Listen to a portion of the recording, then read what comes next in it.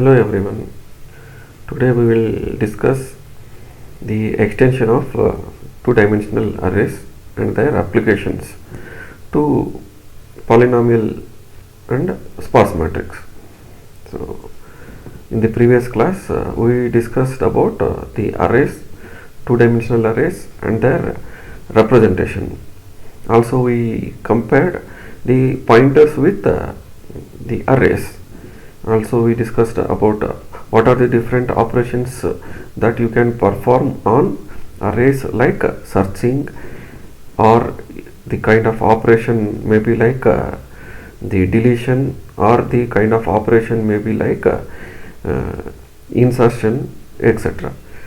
So we will discuss the extension of the arrays to the application of arrays to the different variety things, particularly the polynomials. So how do we represent a polynomial using single dimensional array, and how do we apply the two dimensional array to sparse matrix? That will be the discussion for the day. So in the previous class we discussed about how do you represent and access the pointers if you have pointers and arrays respectively. So here we discussed a simple programs where structure and how do you access the member variables if you have array of structures also, that we discussed in previous class. Also we discussed about the representation of the arrays, particularly to two-dimensional arrays. So we will start with the discussion of two-dimensional arrays and application of single and two-dimensional arrays. So how do you represent here is ARR is a two-dimensional matrix in which three single dimensional arrays are there, each with consisting of 4 elements. So like 4 elements are 11 to 44, 55 to 88, 11 to 44 again. So here the two-dimensional array can be stored as either row by row or column by column, in the sense like here it has been stored as 11, 22, 33, 44, followed by 55, 66, 77, 88, followed by 11, 66, 77 and 44, etc. So this is called as row measure order. If it is column measure order, then column by column you are going to store, like 11, 55, 11, followed by second column elements, followed by third column elements, followed by the fourth column elements. So likewise if you are storing, then it is called as the column measure order. Also we discussed in previous class what is the significance of placing the round base and placing this index j, etc. So when you add an index, the appropriate data types in it is data type is going to be considered, and the respective index value is going to be accessed, that we discussed in previous session. So in continuation to the discussion, if you have a polynomial like x square minus 4x plus 7, so here you need to understand one concept, like what is the degree of polynomial. So the degree of the polynomial is highest exponent that is residing in this polynomial. So in this polynomial here, in the third term x power 0 it is, so 0 and then x power 1 and then x power 2. So 2 is the highest degree which you are going to consider it as the degree of the polynomial, and followed by you need to understand these ADT, abstract data type, that will be specified, which will specify the different functions that they are going to act. Like here polynomial 0, so polynomial is object which is going to be having a pair, because in the representation of polynomial, each term is going to be represented by its term and coefficient. So here a1, a2, a3 respectively are the, say if you have a term like a1, a2, a3, then each term is going to have its own coefficient and exponent. So here to define with, say consider polynomial 1, polynomial 2 belongs to polynomial, coefficients polynomials, and each polynomial is going to consist of COEF and EXP1, which belongs to respectively the coefficients and exponents. So these are all the functions that will be useful for representing and evaluating a polynomial. So 0 is if the polynomial by itself is 0.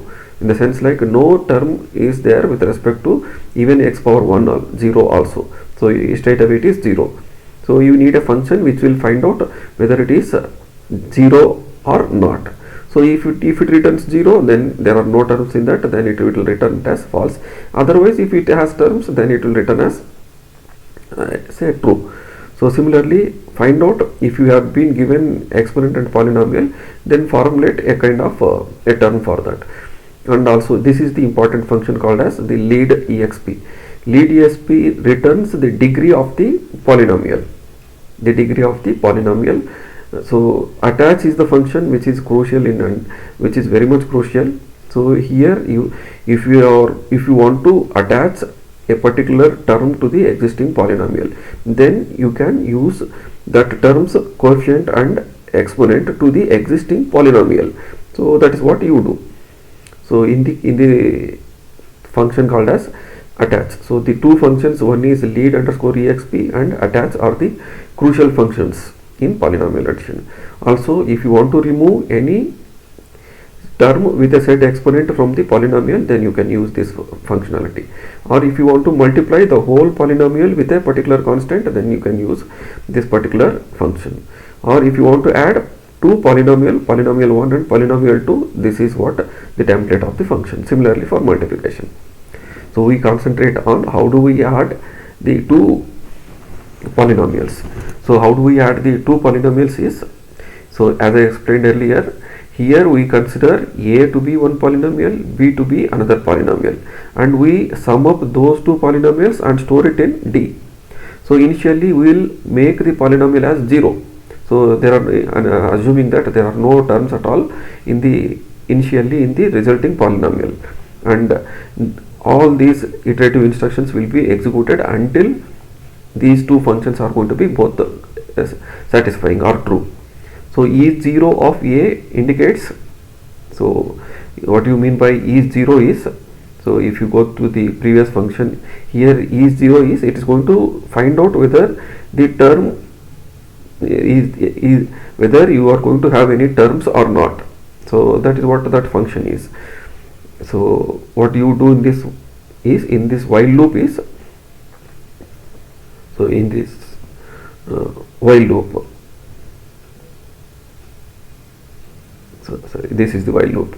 So here is 0 of a, find out if any more terms left out in the first polynomial. So this will evaluate, find out if there are any more terms.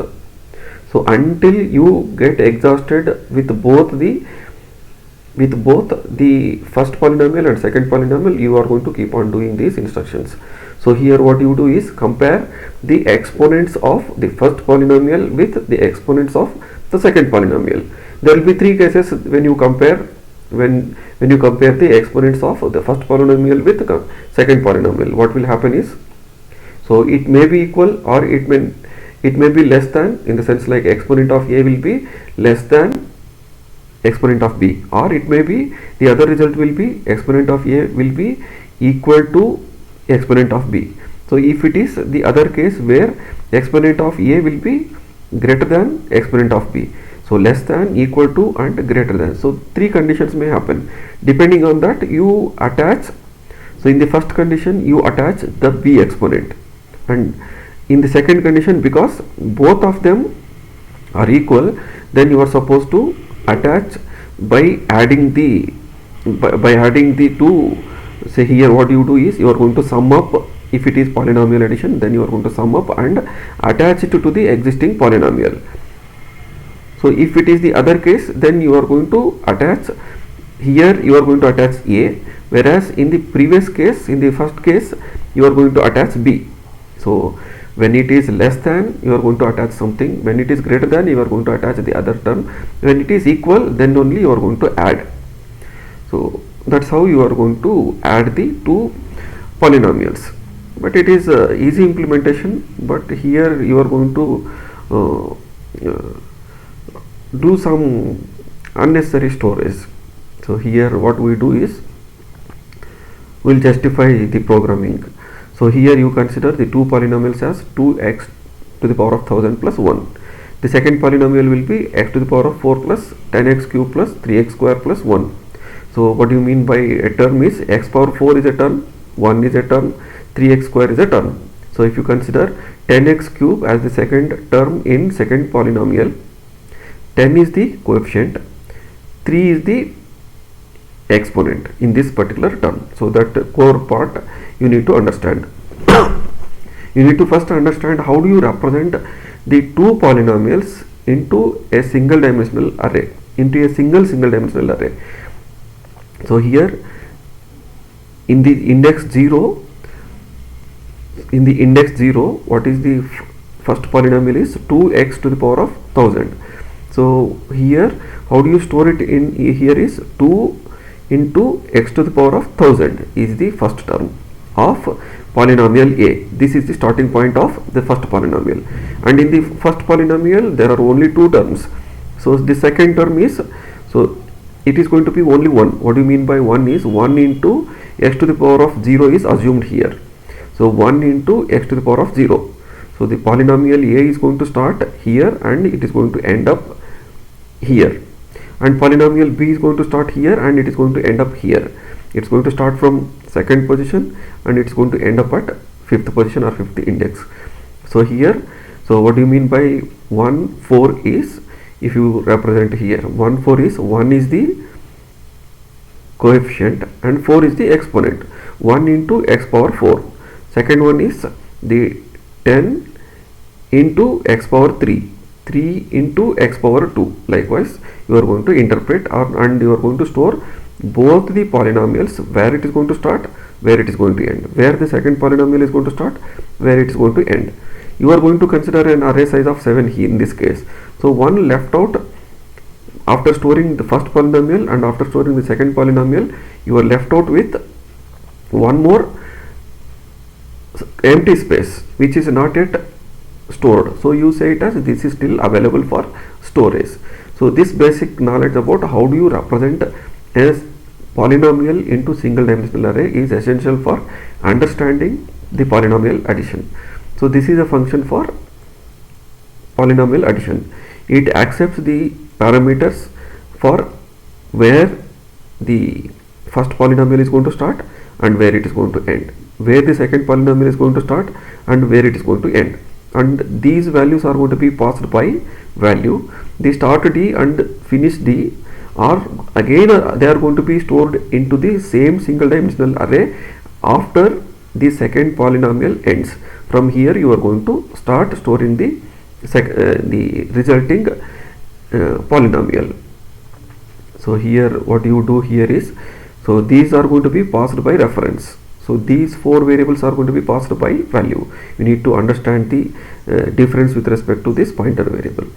So as I explained here, so here until finish B, the start A is less than or equal to finish A, in the sense like if it is going to start A, if it is going to exceed the finish A, then that indicates it has the first polynomial already got exhausted. What do you mean by start B is greater than, once it crosses or fails this condition, that means the terms in B have got exhausted. And as explained with respect to algorithm, here you are going to compare the exponent of A with the exponent of B. As I explained earlier, there arises three conditions. One is less than, the other one is equal to, and the other one is greater than. If it is greater than, you attach the A's coefficient and A's exponent. If it is less than, then you attach B's coefficient and B's exponent, and you are incrementing respectively the B's, because here you are going to attach the B coefficient, so you are supposed to increment the starting position of B here. Whereas if it is the other case, then because here you are going to attach A, so you are supposed to attach A's index. So if it is equal, then you are supposed to sum up the coefficients, the respective coefficients, and if at all, if any coefficient is going to exist, then you are going to what you do is, so because already the coefficients were equal, then no need to deal with the coefficients. So you are supposed to add the only the coefficients. The exponents are already equal. We checked the condition earlier. So here if the coefficient exists, because sometimes it may so happen that it might become 0, so that is why this if statement is available. So if the coefficient is not 0, then you attach the coefficient and exponent to the d. So this attach function will be explained further. So all the three cases, when it is greater than, less than, what will happen, I try to explain. So then next part is attaching. This is the crucial function that you must understand. So avail will be declared as a global variable. You are going to keep on incrementing the avail pointer here for each term resulting in the addition of the first polynomial to second polynomial. So if it is exceeding the maximum terms, so always you declare an array with the maximum number of terms. So if you are exceeding, then you say there are too many terms in the polynomial and you try to exit out. If it is not exceeding, so then you try to just simply store the terms because it has been declared as a global variable and it has not been passed here. So into the terms of available, even avail is going to be a global pointer, a global variable. So avail of coefficient is going to be attaching it is going to get attached with the said coefficient, and it's going to attach with the said exponent after storing. So it is post increment operator here. So first it will use the avail and then it is going to increment it, and then it is going to increment. So in that case it will first store with the index of avail into the terms the respective said coefficient and exponent, and then it will increment. So in the next place the next term is going to be stored. So that is what the meaning of the attach. So you need to understand this function thoroughly. And before explaining the sparse matrix, we will move on to program explanation. So we will try to execute and run the program of the polynomial. So how do you run the polynomial is, so if you have understood the concepts of the polynomial, so here first initially I will define the maximum number of terms for the said polynomial as 100, and you are going to define a structure for polynomial where each term is going to be defined with a structure variable which is going to have a coefficient of the type float, an exponent of the type integer, and here you define a polynomial with the maximum number of terms as 100. So in even avail, as I said, is going to be a global variable. Initially it will be having a 0 in the sense like still it is empty. So we'll, before explaining the period attach, we'll straight away start from the main function. So what do you do here? So in the main function, from the main function we'll creep into the other different functions available.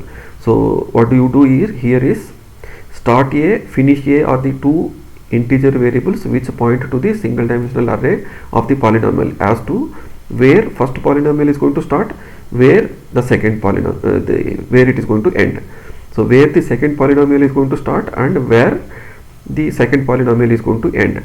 So this start D and finish D are where exactly the resulting polynomial, when you add the polynomial A with polynomial B, where it is going to start and where it is going to end.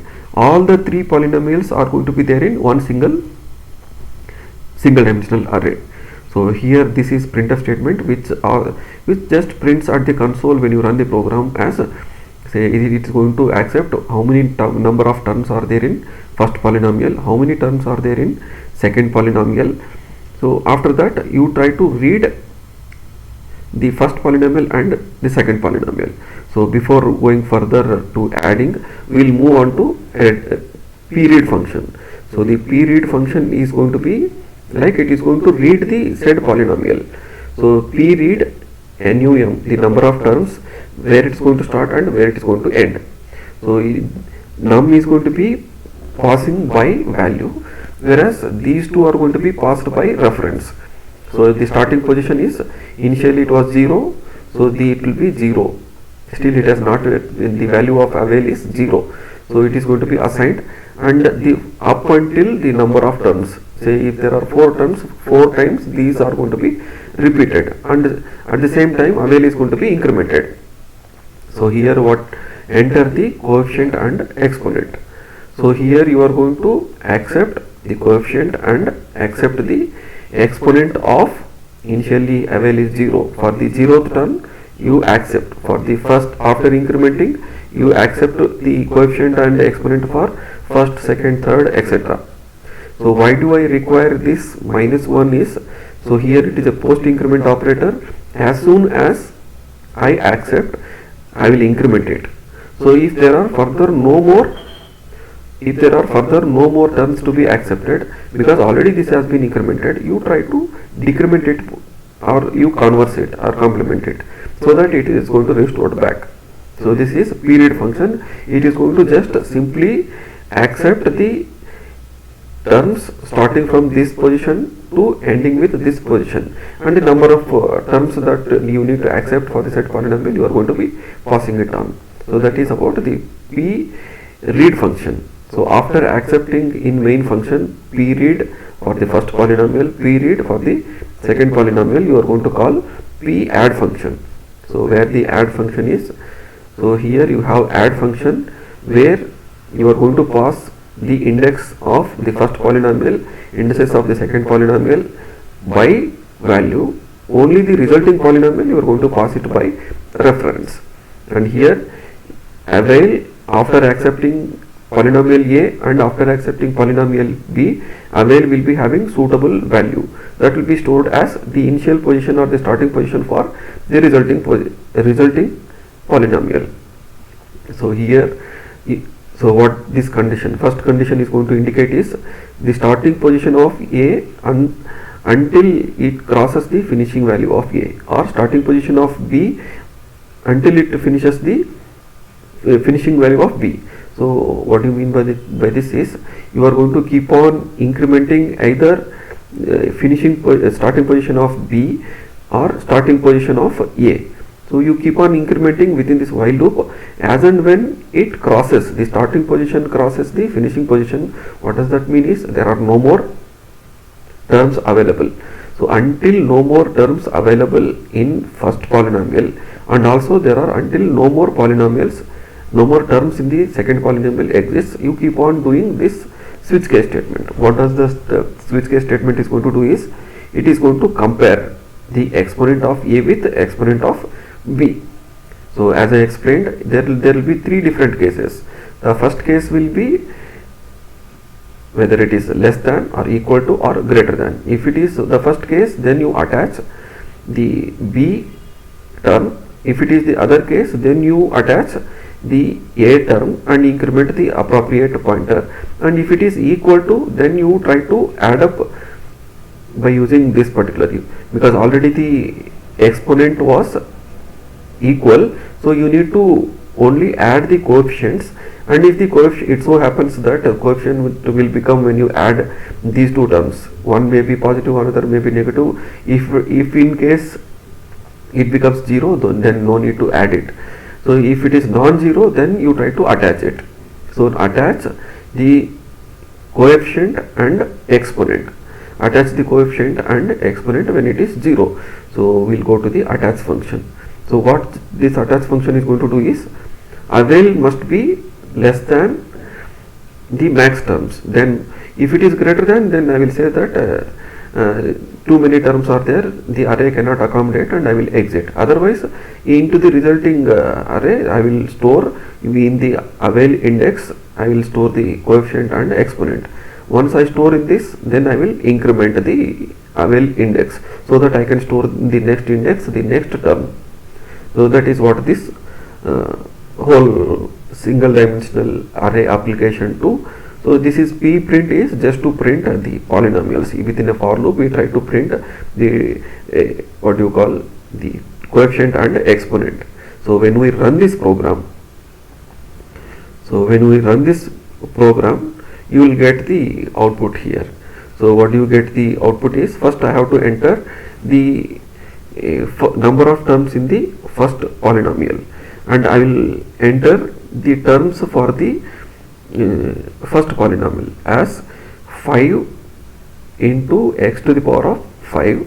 This will be the first term, and for the second term I will enter it as 7 into x to the power of 3, and for the third term I will enter it as 6 into 2 to the x to the power of 2.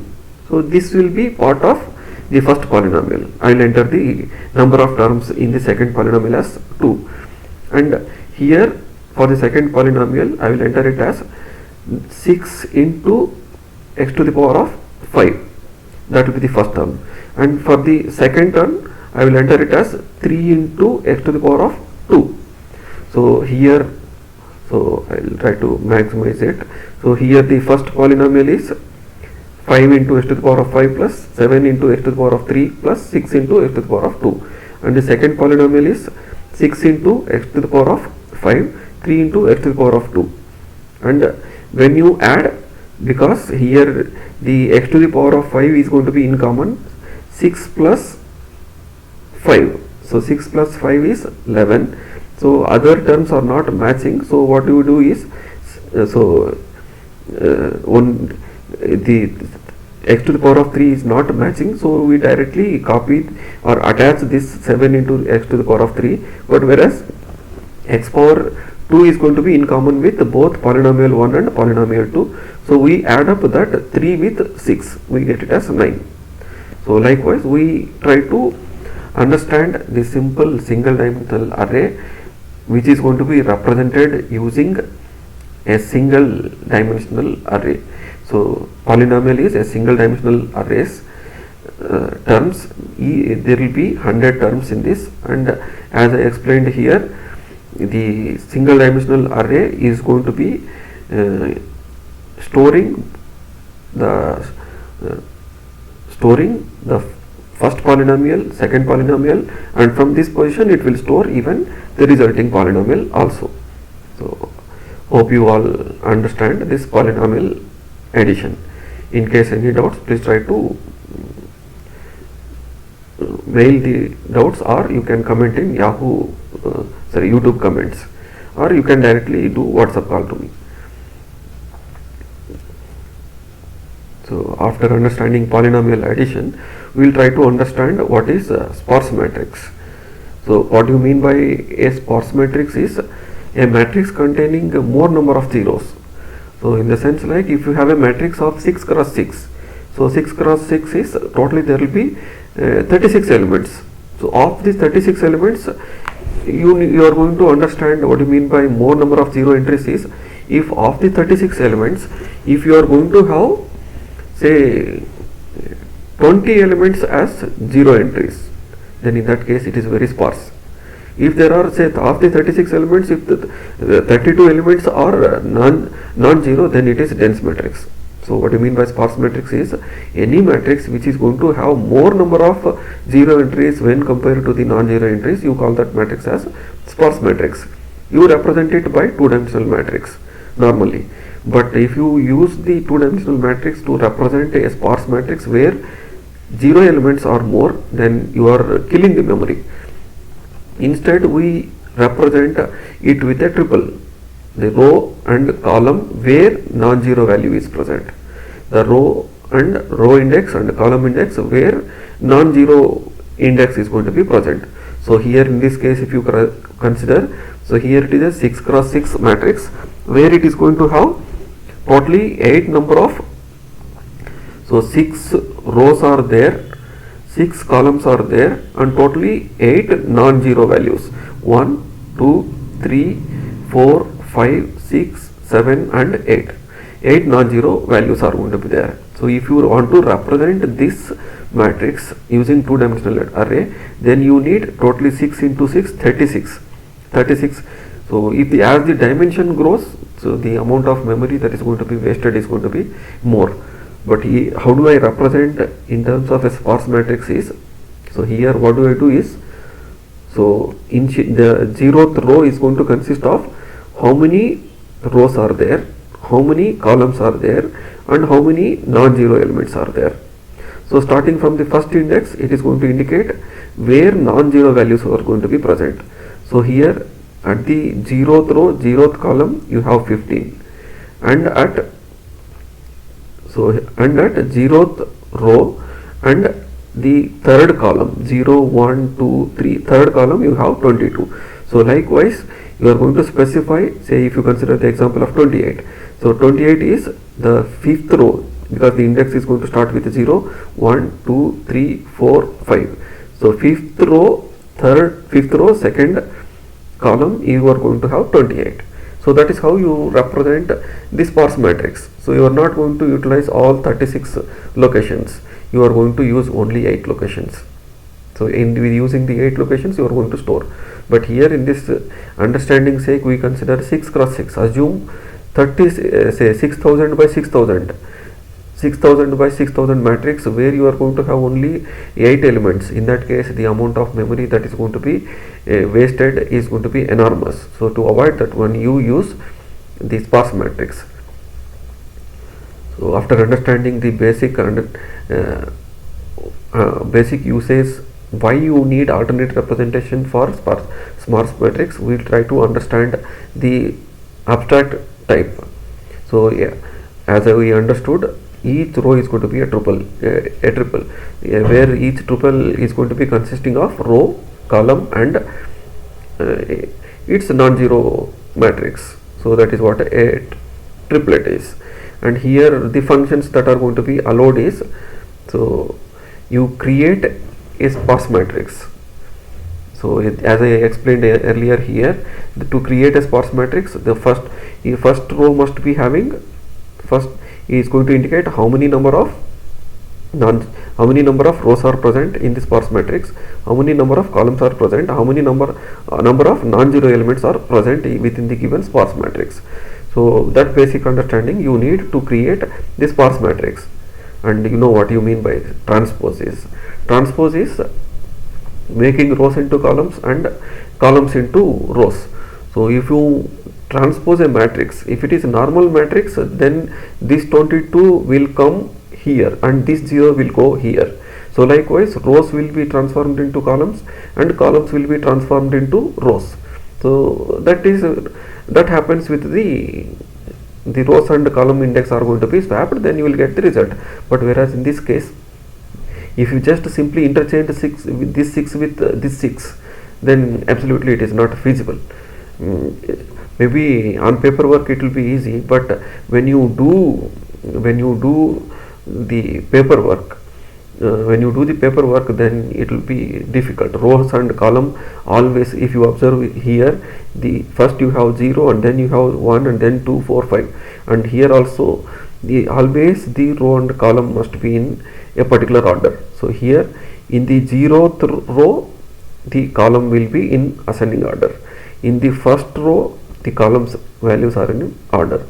Similarly, so rows and column numbers must be in order, otherwise it is not proper. So that basic understanding you must have it.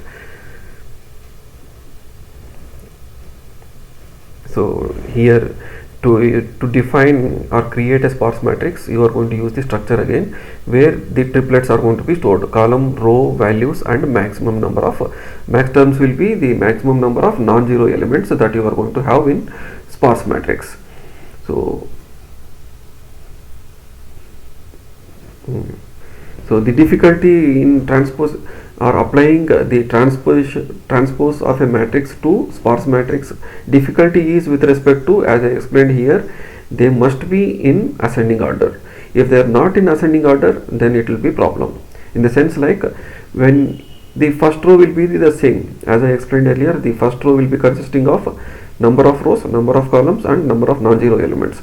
So here the first in this case 0 0 is, because when you swap 0 with 0, the same will result, so absolutely no problem. But here when you swap in the 0 with 3, so it will become as 3 0 22. So where do I keep this 3 0 22 is at the 6th position, not at the 2nd position. So I need to decide on, whenever I swap, I need to decide on its position. So 5th when I swap 0, 5, 15. So when I swap 5, 0, 15, I need to keep it at the last position, not at the third position. So likewise, the difficulty in transposing a sparse matrix is where do I keep the swapped one. So for that you need to have a understanding about this particular thing as I explained. So you need to understand this difficulty. Where exactly do I need to move? So it is quite frequently you have to move in the different places. So based on that understanding, you have the two varieties of transposing the sparse matrix. One is normal transpose, where you simply just juxtapose the row with columns. The other one is to fasten it to, or not to waste the computing time, you use the fast transpose. So if it is sparse, the first variety, then here what you do here is, so you are just transpose the rows with columns if it is normal. So here the terms A terms with B, Nij current B. So here the zeroth value is going to be total number of non-zero elements, and here, so as these are all the initial conditions. So here when you assign the number of columns of A to number of, so B is the resulting sparse matrix, resulting transposed sparse matrix of A. So that is why you are assigning columns to rows, rows to columns, and the values, the total number of non-zero values. So what you do here is, until all the columns get existed, you are going to do this particular operation. Find elements from current position, current column. Element is in, if the element is in current column, then add it to the transposed or the resulting one. Otherwise, what to do is, the column must be assigned to row, row must be assigned to column, and also here. But the problem here with respect to this kind of representation is, it will take more computing time and more computing time and also more space. So here when you compare with the two-dimensional arrays, so if two-dimensional is columns into number of elements, whereas if it is columns into number of rows. So elements, if you replace it by columns into rows, because the number of elements, if you include zeros, then when it is non-sparse, then columns into rows. So then the total computing time will be columns into rows, then it will be enormous. So to avoid this problem, you have one more algorithm where you have what you call it as the sparse matrix. So here what will be the solution is, determine the number of elements in each column of the original matrix. So this you need to understand thoroughly. So without understanding of this representation, it will be difficult to understand the rest of the program. Please try to listen carefully this particular representation here. So what you do in this part is, so here determine the number of elements in each column of the original matrix. Original matrix was represented here as a triplet or sparse, using the triplets in the form of sparse matrix. As I told, 6, 6, 8 are going to represent the number of columns, the number of rows, and the number of non-zero elements. Starting from the first index, the sparse matrix is going to be represented. At the 0th row, 0th column, 15 is being stored. And here what the first one is going to be understood is, determine the number of elements in each column of the original matrix. So in the, say, in the starting position is 1 here. So 0 is going to start at 1. So 1, 2 and 3. So you are going to start at the position 0. So I have in the 0th column. So determine the number of elements in each column. So here you have 0 and here you have 0. So if when you transpose it, then in the 0th row you will be having 2 elements. You are going to have the 2 elements. So when you are going to have, say, 1, when you are going to have the row terms as 1, so 1 is, so how many ones are there, how many, so likewise you are going to determine the number of elements in each column of the original matrix, and also you determine the starting position of each row in the transposed matrix. So you need to understand this particular representation. So this representation is going to be base understanding for the rest of the program explanation. So where it starts, where it ends, and in each row, in each column, how many number of elements are there, that you need to have a basic understanding. So here, see here, just to explain. So as I explained here, the basic understanding goes like this. So so the first row is going to be as it is. The second row is also going to be as it is. So the operations that are going to be performed will be explained now. So in the 0th step, the same, this will be copied here, this 6 will be copied, and 8 will be copied. In the first step, so you consider this 0 0. So this 0 0 is, so because the row index and column index are the same, so this will be the first step. So when you transpose 0 with 3, so what will come is 3 with 0. 3 with 0, what will happen now is the 3 with 0 must be stored at the index of at the index of 6. So I'll repeat again, when you swap 0 with 3, what you get is 0 with 3, what will you get is 3 0 22. So 3 0 22 needs to be stored at the index of 6.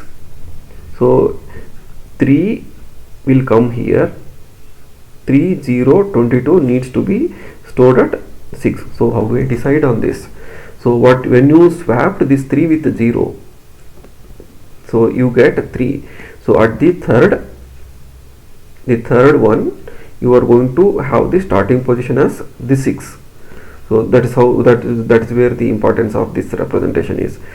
So you are going to swap this 3 with 0.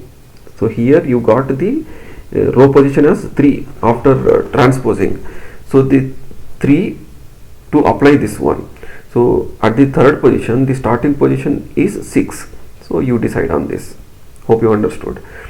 So when you transpose 0 with 5, 5 0 minus 15, this is the third step. 5 0 minus 15, what you get here is, so what you get here is, so the fifth position, it is going to start at the index of 8. So 8th index, at the 8th index 5 0 15. So this is the 0th step, first step, second step, and this is the third step. This is the third step. So how do I get to know that this 5 0 minus 15 needs to be stored is, it is depending on this representation where it is going to start. So the 5 8 is going to be stored at the first at the position of 8th position. So similarly you consider any 1 1 11. So 1 1 11 is the, even though if you swap it, you are going to get the same value. Now all the 0th row has been transformed into 0th column. The respective steps were indicated here. So similarly you consider 4 0. So 4 0, when you swap 0 4, you will come across. So 0 4 and also 0 0. So among this 0 0 and 0 4, which one needs to be? Already this step was over, and 0 4 is 0 4. So 4 0 is going to be transformed with 0 4. So 0 is going to be starting at 1. So at the first position already 0 0 15 is available. So you need to go to the next position and store this particular thing. So likewise you need to understand this what you call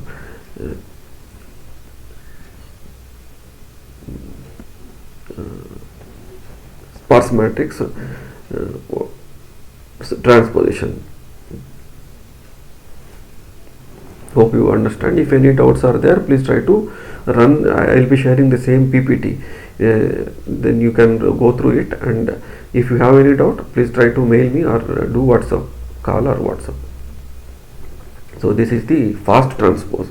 You are trying to reduce the number of spaces when compared to the earlier cases.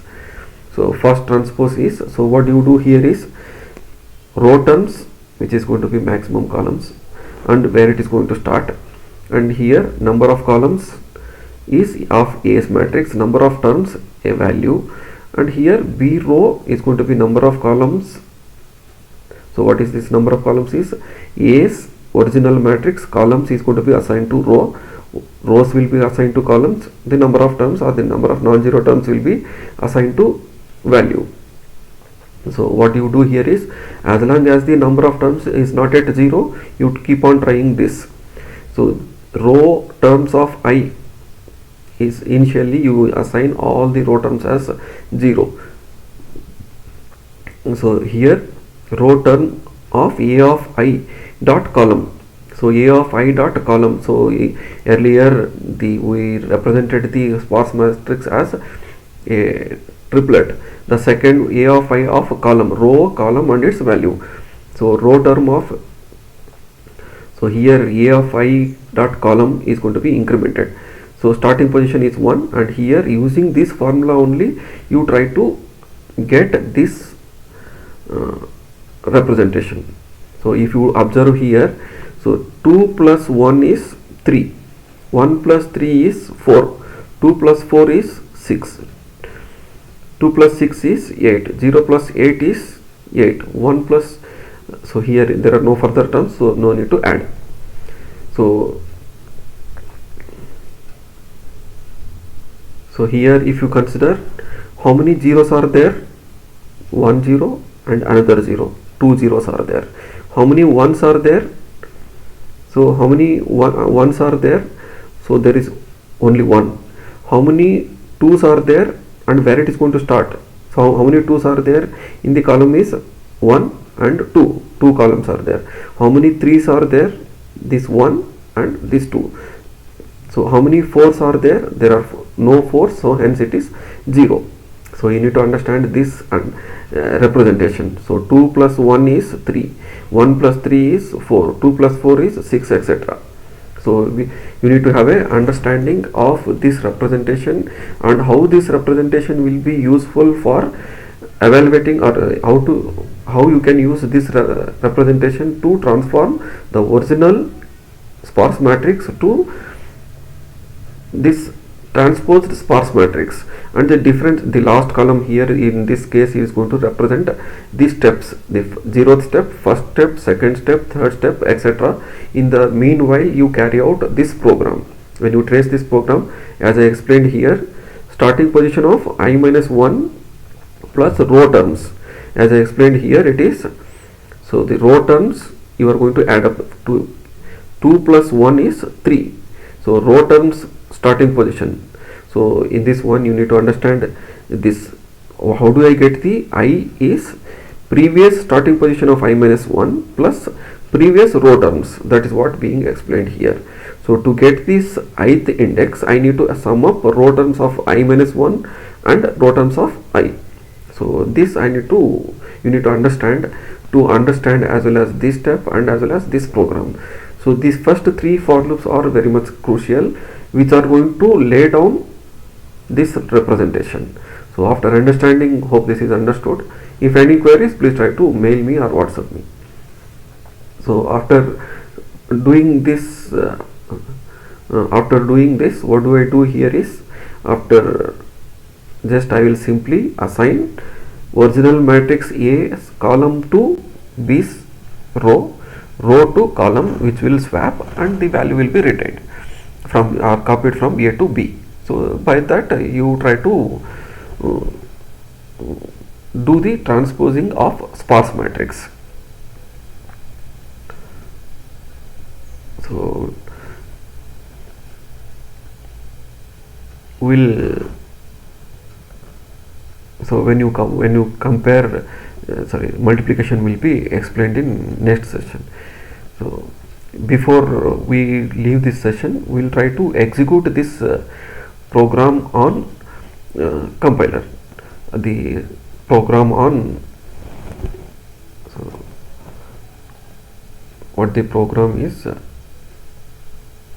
me fast transpose. So in this fast transpose, let me explain a bit. So here the sparse matrix will be represented as a triplet as row, column and its value, and it is being defined as a structure and its name is sparse. So how do I read is, they read the sparse matrix and store it into A. So the number of rows, the number of columns, so number of columns, and you are going to scan it and store it into the, if it is 0 then you are going to just simply continue, because you are not going to store it into the if it is 0 then, because it is a sparse matrix representation, you need to understand first here A. What is A here is the sparse matrix. So the sparse matrix is going to have a triplet, or 3 member variables are there for which you are going to scan and store the items. You are going to scan and row value and column value you are going to store. So this is just simply accepting the, what do you call, the reading of the sparse matrix, and as soon as you read, you try to print the sparse matrix. And here the fast transpose, because it understands how to reduce the space. So here row terms start position as explained in the previous case. So here row terms and the 2 variables. So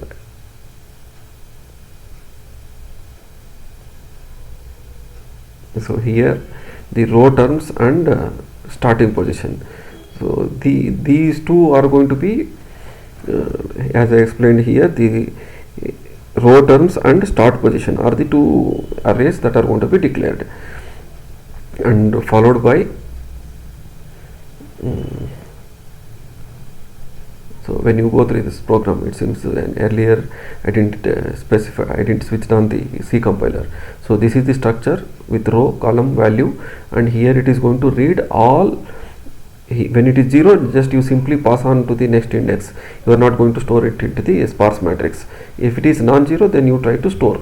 So this continue instruction will go to the next iteration and keep on entering it. So you try to scan and print the matrix. So after that, the fast transpose, as I explained earlier, you need to understand the row terms and start position, row terms and start position. So in this case, initially the transposed matrix will be initialized with the number of columns as rows, number of rows as columns, and the number of terms as the value. This is the initial condition that you need to store, and followed by, as I explained in the previous algorithm kind, here you need to initialize and using these 3 for loops. You try to initialize this. So here this representation, you are going to initialize this representation, and followed by, once the representation is ready, then you try to assign columns to row, A's columns as rows, B's A's rows as column, and item will be as it as store. So once it is going to be swapped, then you try to print. So when you run this program,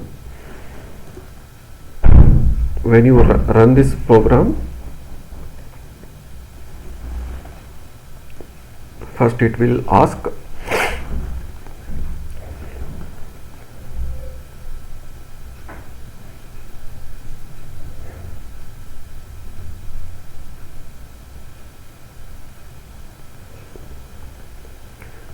when you run this program, so first it will ask how many number of rows and how many number of columns are there.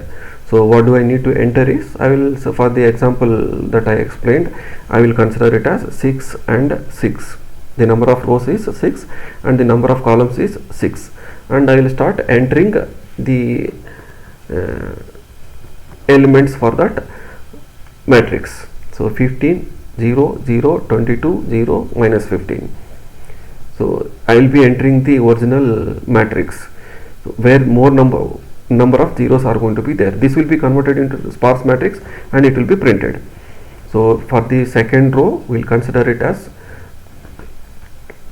0, 11, 3, 0, 0, and in the third row, what you do is we'll keep only one non-zero element, and in the fourth row we'll keep all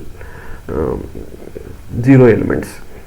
We'll keep all the zero elements, and in fifth row we'll keep only the first element as non-zero element as 91, and in last row we'll consider it as the second in the third position. 20 will keep it as the 28. In the third position we'll keep it as 28. So once you enter the sparse matrix, it will do. So we have entered the matrix which is a sparse, where more number of zeros are present, and in the form of sparse matrix representation as a triplets, the first row, as I indicated, the number of rows, number of columns, the number of non-zero. Rest of the things will be as I explained here. In the fifth row, second column, 28 is present. Similarly, it has printed here. This is applicable for all the rows. And after swapping the rows with columns and columns with rows, so here, so you are going to get the, if you understand here, as I told, it must be in ascending order.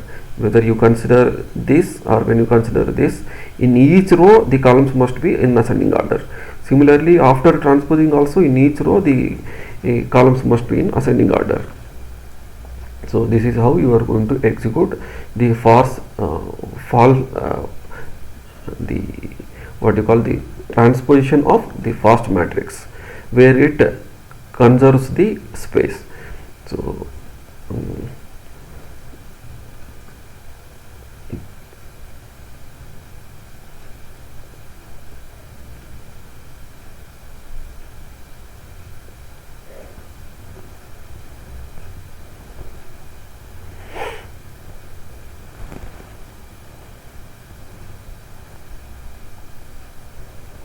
by that we will wind up for the day,